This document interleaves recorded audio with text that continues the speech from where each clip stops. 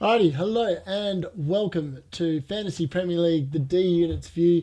Today, unfortunately, I'm flying solo because we originally previously recorded this episode. However, Alan's audio did not record, so it is just me, and I'm doing this because he has had to go back to work. Please make sure you like the video and subscribe to the channel. And if you're listening along on Spotify and audio, if you could please give us a follow and rate the show so we can get this out to more people, that would be fantastic. And you can find me on all the social medias at KMPDK14. Okay, so on to round three. Game week three's been and done, and here we are looking into game week four in the first international break of the season. So we're going to quickly recap the two teams now. Alan's team, he made some questionable choices this week, and unfortunately I'm going to take a liberty at taking a stab at his team since he is no longer here to defend himself. But he finished on 65 points, and it's safe to say that his captain choice of Muniz is probably his single biggest regret of the season so far. And because of that, if he'd actually captained Salah, who I'd told him to, he would have ended up on 80 points, but he ended up on 65. As they did finally get some points for him, and so did Watkins, and we'll get to them a little bit later on. Moving on to my team, I did very well this week. Actually, I got 91 points. So I'd started off with 80 points, and now this week I ended up at 91. I have definitely been riding the bandwagon of Salah and Haaland, and I'm so thankful I started both of them because this week alone they combined for 51 points, with one of them being my captain. They've literally scored the same amount of points together across the whole season, which is just insane to think of. And I'm so glad that I went with them, to be honest. The other two performers that did really well for me this week were Chris Wood. Again, got 9 points for me. He was very unlucky not to actually get a second goal. He was that close to being onside. Just holding my hand up there, like that's how far away he was from being onside for the second goal and what would have given Nottingham Forest the win. But alas, he did not. And Isaac finally got me some points as well, and he got 9 points. Now, my two biggest concerns out of this game were Kulusevski. No good. That's his second blank in a row. No, not in a row, but of 3 game weeks. And Isaac, again, I know he scored, but he was pretty lucky, to be fair. I don't know how Tottenham actually lost that game. That's another story in and of itself. But he has definitely concerned me, and the way Newcastle are playing in general has concerned me as well. Now, I was talking to Alan before as well, and his main concerns were Muniz. Just again, he's one of the 2 players in the league at the moment that has risen in price that hasn't actually delivered any points. And Morgan Rogers is the other one from Aston Villa. You would expect that they would both start delivering returns soon. But yeah, and his other big problem was Gvardiol. So Gvardiol, again, City conceded a needless goal. And at the moment, if they're conceding needless goals, Gvardiol's going to get you 2 points because he's not doing any attacking. With Rico Lewis in the team currently, he is the one doing all the attacking, and Gvardiol's just the one that's sitting back. So there's no attacking returns for him. Whereas Rico Lewis, again, got another assist on the weekend. And he's looking good. And he's a juicy option at 4.6. He has risen in price now by 0.1 million. Now, moving on to our head-to-head leagues and our league code. So if you want to join in our overall league, you can join using the code LDV6FK. Please make sure you join. It's quite a fun league. Now, the league movers this week, there were a few of us that were moving, and I'll just quickly pull that up. I'm not sure what's happened to our league, but if we go quickly here to the leagues, and it's obviously called Do You Think You Can Beat the D Unit? Now, Alan moved up a couple of spots this week to 13th. I don't know how, considering he had a captain that got him 4 points. But he's gone up to 13th spot. And I'm one of the few people in this league with a grey dot. And that is because I'm on top of the table with my big score of 91 points, which gives me 251 for the season so far. And I've now grown my lead at the top to 26 points after 3 weeks. So I'm off to a bit of a flyer. So hopefully that can continue. But yeah, those are the things, or the results from the weekend. Now, in our head-to-head league, Alan unfortunately lost to Blake by 8 points. And I put paid to the Tom who was talking trash to me all week in the group chat, and he got slaughtered by a big 12 points by Rude to Forget United. So unlucky Tom, close cigar. Try again next time. I'll see you next time, mate. Now, moving on to the games and the results this week. So Arsenal versus Brighton. Saka and Minter both delivered an assist for their owners. Havertz got another goal, and so did João Pedro. João Pedro and Welbeck, it has to be noted, have now... They're two of the three players that have risen 0.2 million in the game already this season. So they're hot property, and you can see why. Brighton's next two games are really good, but then their run dries up, and we'll get to that a little bit later on. Now, Brentford versus Southampton. Lots of people bought in Mbeumo for this game, and he delivered with a nice double. Wissa also delivered on his bargain price point of 6.1 mil, and he could be a really good pick, particularly when Brentford's fixtures turn. Obviously, they've got Man City away and another difficult one after that, but then their draw really opens up, and we'll look at that a little bit later on. Flecken also made 5 saves in here and was dreadfully unlucky not to get the bonus points, which he would have got if they'd kept the clean sheet. So, unlucky, buddy. Now, moving on to the next game. This game, what was this game? That Everton team... Oh, they look like they could be in some serious trouble this year, but where do you start? 2 goals up, 87 minutes gone, and you could have been forgiven that you were watching Manchester United under Erik ten Hag, but somehow Everton lost the game. So Bournemouth equalised. They equalised in the 92nd minute. They won it in the 96th. Just an insane game of football. Like, how does Bournemouth score 3 times in like the last 8 minutes? Come on, Everton, turn it up. You'll be playing in your new stadium next season in the Championship, I reckon, with those kind of results. Now, onto the fantasy points in that game. Calvert-Lewin actually got an assist and a goal and got the 3 bonus points, so he was really good if you had him, but no one has him because no one's going anywhere near Everton players at the moment. Now, Semenyo delivered again. He has now got 19 points for the season and is an absolutely bargain option at 5.6 mil. He has gone up 0.1 million now, but he again, Bournemouth have a really good run of fixtures, which we'll look at a little bit later on after the next couple of weeks, but they've got a few hard ones to come. Now, Ipswich against Fulham. That was a 1-1 draw, but Robinson and Davis, both popular options in defence, it has to be said, both got an assist again. So no clean sheet, but they did get the attacking return of the assist, which still makes them quite valuable. Now, Davis's assist, these kind of things should not be done in football. Like, how can you get an assist when you've played a 5-10 metre pass in your own half? That is not an assist.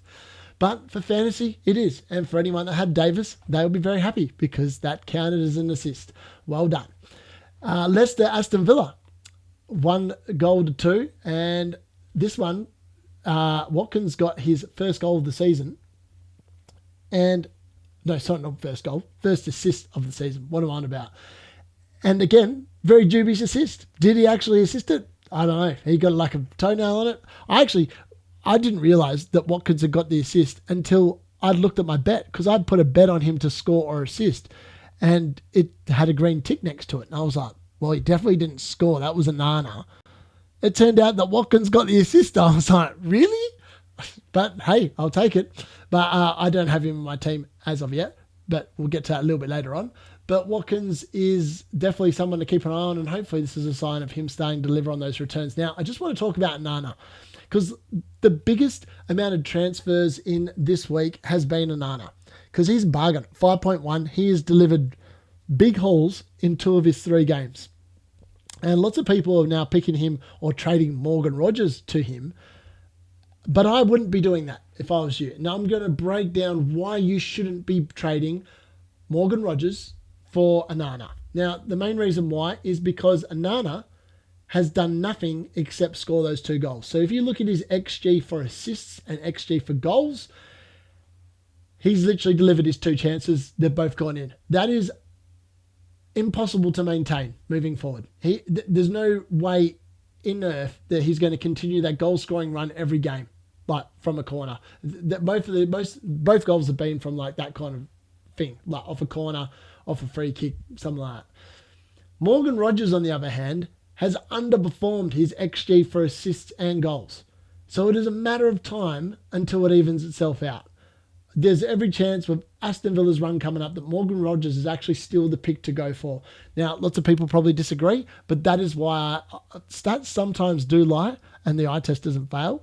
But I watched that game and I would definitely say that Morgan Rogers is desperately unlucky. He's due some returns very soon. I just don't think Onana is going to do anything other than score goals.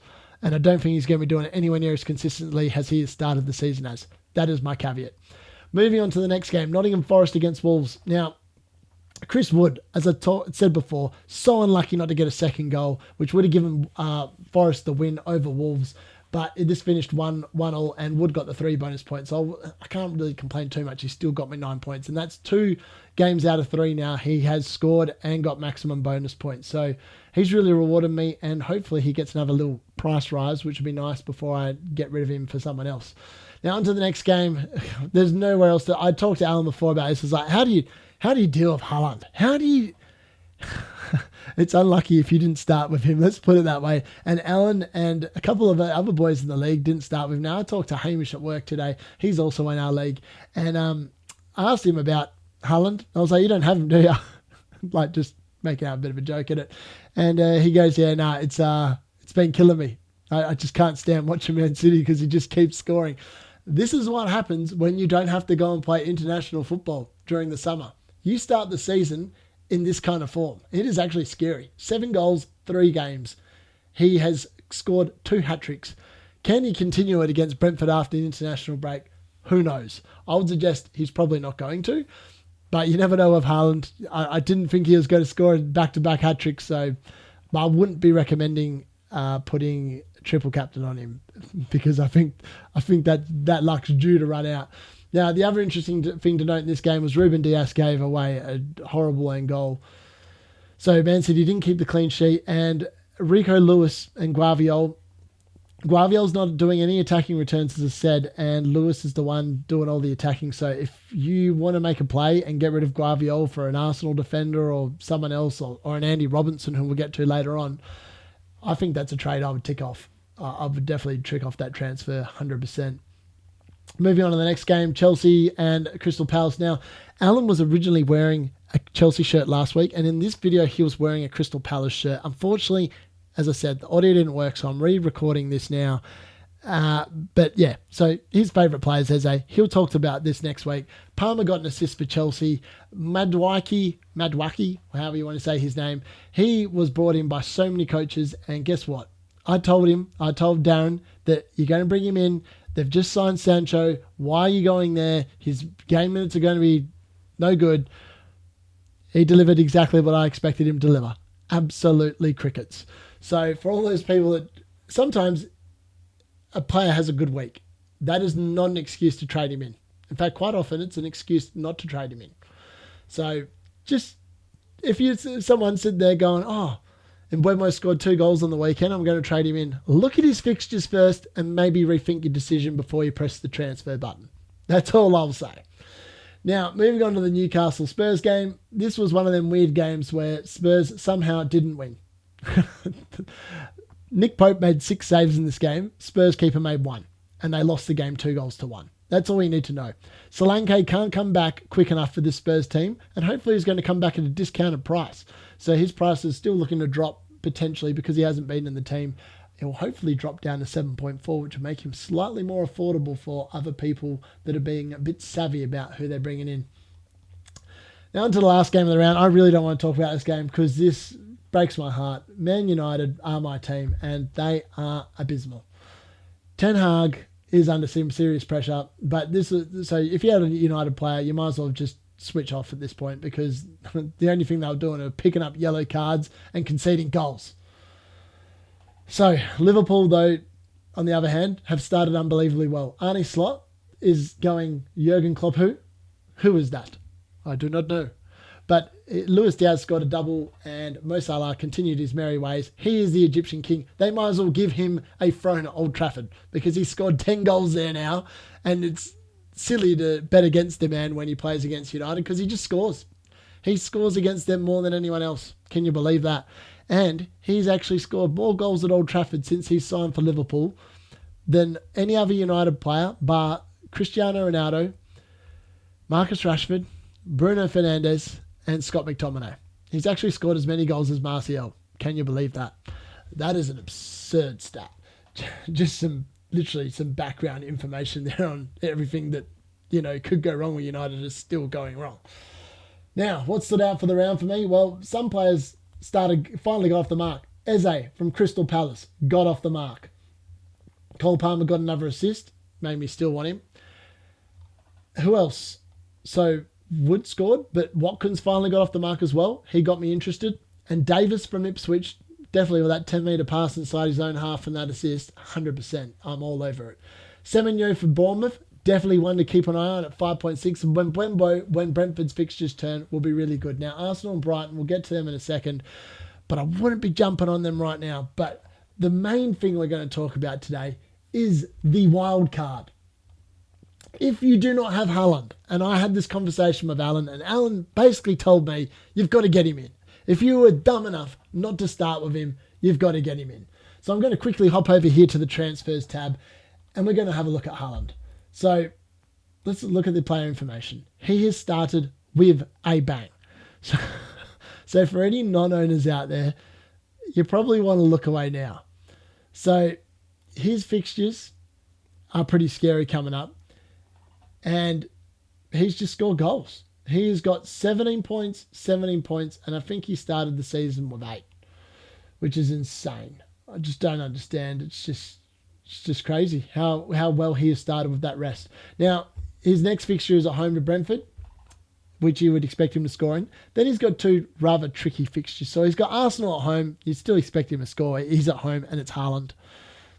He's got Newcastle away, but then it is all green, all downhill skiing for the Haaland. It's just a matter of how many goals he's going to score. So he's got Fulham at home, Wolves away, Southampton at home, and Bournemouth away, and then Brighton away. I mean, every game at the moment, it might as well be green for Haaland because he's just scoring goals for fun. He has risen 0.2 already, 15.2 mil. He is now owned by 65.9% of the game. If you don't have him and he scores, you are just losing ground at the top. You have to get him in. That Alan, I think, is 100% going to wildcard as of this moment because he's working. But as soon as he finishes working, he's pressing wildcard and he's getting him in. He's going to because the reason why you have to wildcard now, if you don't have him, is because that price, with the amount of new owners he's got, is only going to go up more. He'll be 15.3 million, and then it's just going to be super hard to get him in. It's not going to be no value for everyone that started him at 15. That's 0.2 million you've saved trying to have to get him in. So that's definitely something to keep in mind. 100%. You've got to get him. So if you've got a wild card, now's the time. And then you've really got to start looking at the fixtures. Now, people sit there and go, oh, you've got to get Arsenal players in. Now, I'm going to pull up an Arsenal player for you. So I'll look at Raya because I only need to pull up one of their players so you can see the fixtures that are coming up. So would I bring in any Arsenal players at the moment? The answer is no. They have Spurs away and Man City away. Guaranteed they're going to lose some goals there, you would think, and probably some points. Then they've got 3 green games. So they've got Leicester at home, Southampton at home, and Bournemouth away. Again, great fixtures, and I would probably look to try and bring in 2 Arsenal defenders, either a goalkeeper and a defender, but I wouldn't be bringing in Saka. And the main reason why I wouldn't be bringing in Saka is because of the fact that the next 3 games after that aren't flash. So I think you'd want to move at least one or 2 of these defenders back out. So they've got Liverpool at home, Newcastle away, and Chelsea away. After that run, I'm in. Sign me up for Arsenal players. From game week 12 to game week 23, they don't have a hard fixture that's anything other than green or grey. That is when you target the Arsenal players. If you haven't got any in your team now, I think you hold off until the end of that Chelsea game and you then load up. You go the triple Arsenal then. I don't think you go triple Arsenal before then. That's just my personal opinion. I wouldn't be doing it. That would be my advice. Now, if we look at Liverpool on the other hand, look at these for some stats. So they've had a pretty good 3 weeks to begin with. They've had Ipswich, they've had Brentford, and they've had Man United. They've kept 3 clean sheets. So all their defenders have already made 18 points minimum, and that's without it creating an assist or anything like that. Now, none of them have actually delivered any assists yet, which is unbelievable that it hasn't happened. But it's inevitable. The amount of chances they're creating, it's inevitable that it's going to happen. And you can expect these defenders' prices to rise and go up in value over the coming game weeks. Now, if we have a look at the fixtures, they've got Nottingham Forest at home, Bournemouth at home, Wolves away, Crystal Palace away, Chelsea at home. And that's before they've got Arsenal. And then they've got Brighton, Aston Villa and Southampton. It is an unbelievably good run until game week 13 when they've got City. I'd be hopping on board. You have to triple up on Liverpool. I currently have Jota in my team. Now, I'm looking to move Jota out in order to get in Andy Robertson in the defence. So I'm looking at hopefully one of those options around the 6.5, which we'll get to, or even like an Eze at 7. I've already made my 2 transfers this week, and I am loading up on Aston Villa. Now, I've moved out Kulusevski, underperformed, and really just didn't cut the mustard for me. And you have to get the Aston Villa assets in. And as I talked before about Morgan Rogers and Onana, I have gone with Rogers. His underlying stats are way better, I believe, than Onana's. So, and Aston Villa's run's insane. They've got Everton at home, Wolves at home, Ipswich away, Man United home, and Fulham away. And then Bournemouth at home. You've just got to jump on board. You've got to find Villa players in your team and get them in now. If you're not, you're missing the boat. You're going to miss out. So those definitely need to go. I've got rid of Isaac because I just didn't like Newcastle's run. If I quickly pull up the forwards and we'll have a quick look at Newcastle players, which is why I'm not going there. So if we have a look at Newcastle's fixtures coming up, they have Wolves away, Fulham away, Man City home. So they don't travel well away from home. It definitely didn't start that way this year, and they weren't very good away from home last year. And then they've got Man City at home, and then they've got Everton away. So they've got a really rough run of fixtures, I believe, up until game week 11 when they've got Nottingham Forest away, and then it sort of turns more green. So that's why I'm jumping off the Newcastle players. And Isaac is due to drop in price, and I think that's something you've just got to factor into your decision making, is these price rises and price drops. If you're on the wild card, you want to maximize them.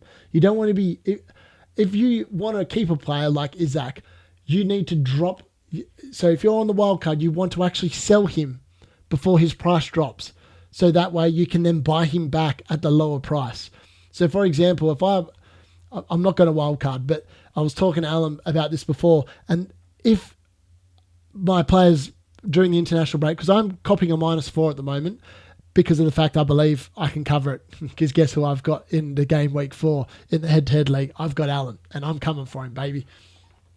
So he's going down. But essentially, I'm taking that -4 because I believe it's worth the risk at the moment to run the international break. Now, if there are injuries through there and I have to move players out, I will actually wildcard. Even though my team's pretty much fine, I will wildcard to try and make some money. And it gets a bit cute. You got to be a little bit reliant. There's no exact science behind the price drops and the price rises, but you know that's my line of thinking. So the main reason why I got rid of Isaac and bought Watkins in is because Watkins had dropped in price and Isaac was about to drop in price.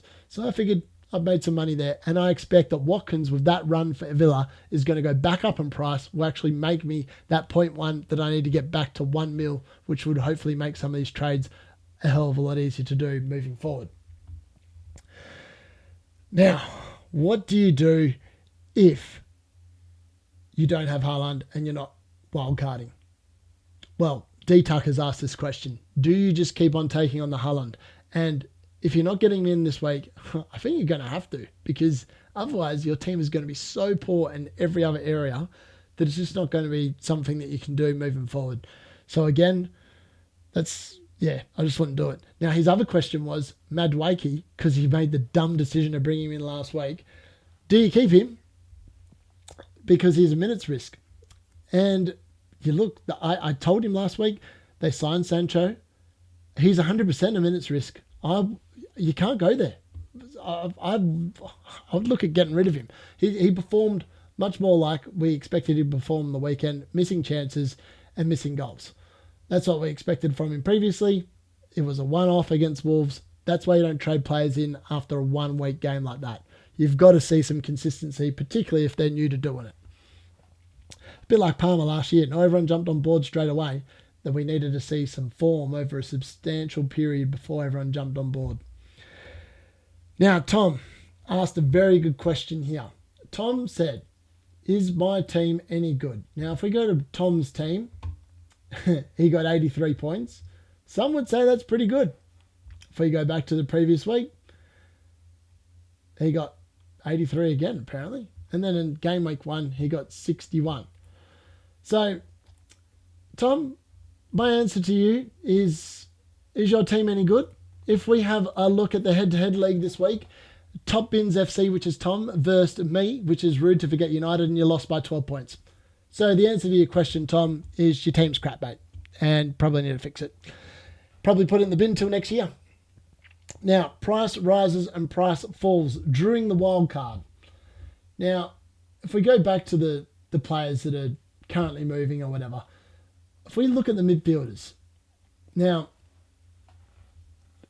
outside of Mo Salah, who's clear on top on 41, Luis Diaz is the next best in 32. Now, I expect his form to taper off a bit, and between him and Jota, they should end up about the same. Now, the people to keep an eye on here, Semenyo, 19 points, 5.6. He is definitely one to keep your eye on. And when Mbembo as well, when Brentford's fixtures turn, now, Brentford's fixtures are no good the next 2 weeks. Man City away and Spurs away, they're probably not going to do too well. But from then on, from game week 6 to game week 13, and Mbembo should be in your team. If you want a differential, that's where the points are. He's only 7% owned at the moment. That is definitely going to be above 15% by the time game week 6 starts. He'll be in my team for starters because that kind of run is too good to pass up. And he's on penalties, and Brentford actually are playing pretty good football. So that's also something to keep in mind. Now, a few people were talking about the Saka and the Palmers and that. Again, they've all delivered about the same amount of points. There's a hair in it, but a 10.6 mil and 10.1, there's just better options. The Sun's up there as well at 10 mil. Yeah, I just think if you, a bit like me, you've gone big on Salah, you can go on a few more of these cheaper options and hope for the best because you're making it up in other areas of your team. And the proof's in the pudding. I've gone 80, and then 91 points. So it does work in that particular respect. Now, moving forward to the forwards again, I just want to quickly touch on there. This is where the differentials are. Now, if you want to make up some points, this is where you need to be making most of your trades this year and going with the run of fixtures, and hopefully with the way teams are playing and the form they're in means you'll get those points. Now, there's a lot of good options in there and they're all going to peak at certain times, and it's about trying to predict when they're going to peak. So I bought in Watkins because I think that Aston Villa's run is too good and he's surely got to start scoring. Now, Welbeck and João Pedro, two very popular options like Haaland, have risen 0.2 mil in price already. But if we look at their fixtures, outside of Ipswich and Nottingham Forest the next 2 weeks, which are both at home, they've then got a pretty tough run. They've got Chelsea away, Spurs at home, Newcastle away, Wolves at home, which is an easy one. Then they've got Liverpool away and Man City at home. I think that you can't really be going there. If you haven't got a Brighton player at the moment, I wouldn't be getting one in because you're going to have to be moving them out come game week 6. So, but when it comes to game week 12 through to game week 18, 100% get your Brighton players in. I'll be looking at a wild card, hopefully the second international break rather than this one because of the way my team's set up, and I have Haaland. In fact, I would actually say if you have Haaland that you shouldn't be wild carding. But if you don't, you've definitely got to do it. I think you've got to get him in. It should be 100% ownership with the way he started, and his price is going to keep going up. So you need to hop on board ASAP if you are not there. Now, really quick look at the game week challenge for next week. So it is all defenders. So last week it was an absolute shambles. So Alan got 4 points in this and I got 11. And it's safe to say the promoted punt was literally a punt in the dark because I only had 2 players score any points. So I had McCarthy who didn't play, I had Lagongo who didn't play, and Harbour Bellis got 0 points because Southampton can't defend. And Berardin Diaz was my captain and he doubled for 4. And Delap, somehow I got someone that actually scored a goal. So that was a nice little bonus. But yeah, they actually got me second in the league for the week. So insane to think that that gets you second. But next week, much easier. It's clean sheets are worth double points and you actually get a big budget. So I've actually got 0.5 remaining still in my budget. And I've gone with Alisson Becker in goal, Emilio Martinez in goal, and then I've just gone all Liverpool defence because it allows you to. So I've gone Alexander-Arnold, as my captain, Robertson and Virgil van Dijk. I just can't see Nottingham Forest scoring against Liverpool. So I think it's a no-brainer, and that's where all the points are next week. So make sure you get in amongst them now. Alan's away camping this week, and it is pissing down and rain in the UK. So good luck to anyone that's over there. I hope the weather, you stay nice and safe. Apparently it's thunderstorms here today. I, meanwhile, will be just relaxing this weekend. No international break. I'll be watching some AFL finals and trying to watch some of the UEFA Nations League. But in reality, when England are in Group B, or League B or whatever it is, who the hell actually cares? Finland and Republic of Ireland? Not even good games. Don't even know if Wembley will get full watching that kind of nonsense. But hopefully they can get some wins, and hopefully your players don't get injured. Make sure you tune in next week. We are going to be doing 2 episodes next week. We're going to be doing this one at this time, having some good banter, because me and Alan will be playing each other next weekend. I promise his audio will be up and running. And then we're going to start doing a show about 2 hours or 3 hours before the lockout, or the time when your teams are finished from being able to be edited, the game week deadline. We're going to be doing that on a Saturday morning, answering all and every questions and all your captain picks, and covering the news conferences from the presses, from the managers the day before. So that's definitely going to be coming up. So we're going to be trying to go to 2 episodes a week starting from next week. So please make sure you tune in, and remember to like and subscribe to the channel and give us a follow if you're listening along. Thanks for tuning in. That's the D Unit out, and that's Fantasy Premier League.